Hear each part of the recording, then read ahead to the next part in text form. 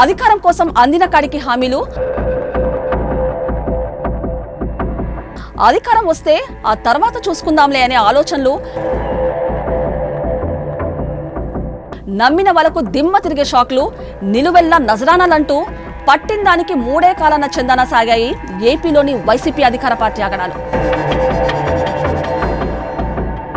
కొత్తగా వచ్చిన రాష్ట్రంలో రాజధాని లేక అల్లాడుతున్న ఏపీలో గ్రాఫిక్స్ కట్టారంటూ ఆరోపించిన వైసీపీ అధికారంలోకి వచ్చిన తర్వాత ఏం చేసింది? సంక్షేమ పథకాలు అర్హులైన వారు ఎంతమంది, అనుభవించిన వారు ఎంతమంది, రాష్ట్రాభివృద్ధిలో భాగంగా వచ్చిన పెట్టుబడులెన్ని, కట్టిన కంపెనీలెన్ని, వైసీపీ అధికారంలోకి రాకముందు అధికారంలో ఉన్న టీడీపీ సాధించిన అభివృద్ధి ఎంత, సగంలో ఆగిపోయిన అభివృద్ధిని పూర్తి చేసిన వైనం ఎక్కడా, అయిన వాళ్లకు కంచాల్లోనూ కాని వాళ్లకు ఆకుల్లోనూ పెట్టి ప్రజలకు అంకితం చేసిన వైసీపీ సాధించిన విజయాలపై ఓ ప్రత్యేక కథనం.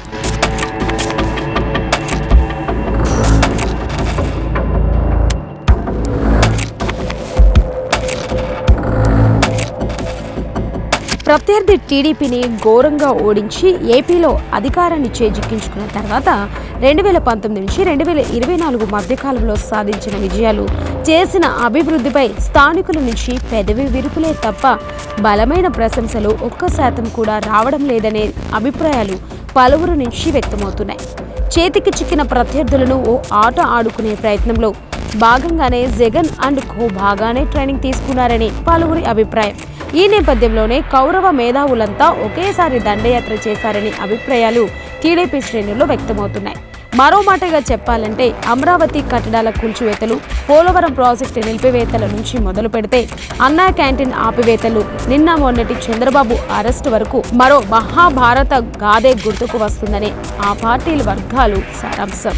ఇక అసలు విషయానికి వస్తే టీడీపీ హయాంలో కట్టిన అమరావతిని మట్టు పెట్టి 3 రాజధానుల పాటను పాడిన వైసీపీలో అసలు కారణం రియల్ ఎస్టేట్ దందాలంటూ ఇటు జనసేన అటు టీడీపీ ఘాటుగానే విమర్శిస్తున్నాయి. ప్రపోజల్ పెట్టిన 3 రాజధానుల ప్రక్రియపై నిరసనలు వెల్లువెత్తుతుండటంతో హైకోర్టు అక్కడి నుంచి సుప్రీంకోర్టు తలుపు తట్టడంతో ప్రభుత్వం ఆ తర్వాత వెనకడుగు వేసింది. ఆయన తీరానికి కొట్టకొచ్చిన ఉవ్వెత్తు కెరటంలా తెల్లవారితే వైజాగ్కు వెళ్లిపోతున్నామంటూ అటు సీఎం జగన్తో పాటు ఇతర మంత్రులు చేసిన ప్రకటనలు అటు ఉద్యోగస్తులంతో పాటు ఇటు ప్రజల్లోనూ అయోమయానికి గురిచేస్తున్నాయంటున్నారు విశ్లేషకులు. మరోవైపు అమరావతి రాజధాని పోరులో పాల్గొన్న రైతులంతా పెయిడ్ ఆర్టిస్టులంటూ ఆరోపించిన వైసీపీపై ప్రతీకారానికి ఈ ప్రాంత రైతులంతా 1000 కళ్ళతో ఎదురుచూస్తున్నారనే అభిప్రాయాలు పలువురి నుంచి వ్యక్తమవుతున్నాయి. ఇక రెండోదిగా పోలవరం ప్రాజెక్టుపై వైసీపీ సంచలన వ్యాఖ్యలు ఇప్పటికీ అసెంబ్లీలో మారుమోగుతూనే ఉన్నాయి. యూ డోంట్ వరీ, రేపొస్తుందా, ఎల్లుండొస్తుందా, next month, why do you are asking, one will open the project Polavaram on or before end of this year అంటూ ప్రగల్భాలు పలికిన ఆనాటి నీటిపారుదల శాఖ మంత్రి అనిల్ కుమార్ యాదవ్ ఏ మేరకు తన మాటను నిలబెట్టుకున్నారో చెప్పాలంటున్నారు వైసీపీ వాసులు.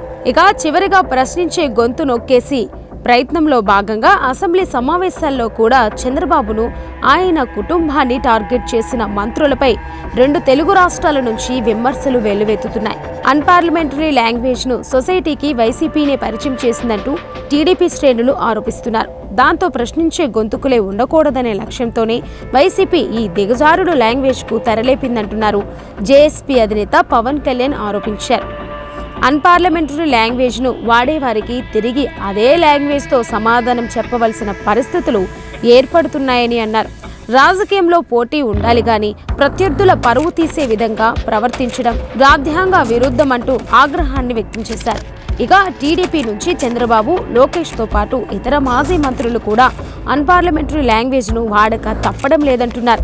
దీంతో పాటు 5 సంవత్సరాల్లో ఇయర్లీ జాబ్ క్యాలెండరీస్ ఎన్నిసార్లు విడుదల చేశారని పలువురు ప్రశ్నిస్తున్నారు.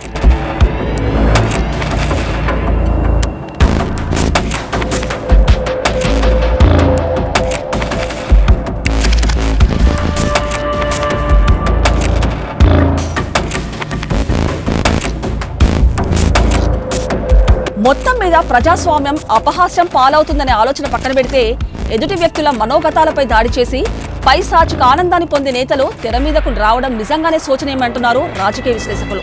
అవకాశం అందలమెక్కిస్తే ఆవేశం అధపాతాలనికి తొక్కేసిందన్న సామెత వైసీపీకి స్పష్టంగా సరిపోతుందనే అభిప్రాయాలు టీడీపీ, జనసేన, కాంగ్రెస్, బీజేపీ వర్గాల్లో వ్యక్తమవుతున్నాయి. ఈ నేపథ్యంలోనే భ్రష్టు పట్టించిన రాజకీయాలకు ప్రక్షాళన చేయాలంటూ గర్జిస్తున్న పవర్ స్టార్ పిలుపుకు చేతులు కలుపుతున్న యువతకు నెటిజన్లు సాహో అంటున్నారు. మరోవైపు తూర్పు దిక్కు నుంచి ఉదయిస్తున్న సూర్యకిరణంలా ఢిల్లీ నుంచి దూసుకొస్తున్న జగనన్న బాణం వైసీపీని చీల్చి చెండాలనంటూ కాంగ్రెస్ వర్గాలు జోషం చెబుతున్నాయి.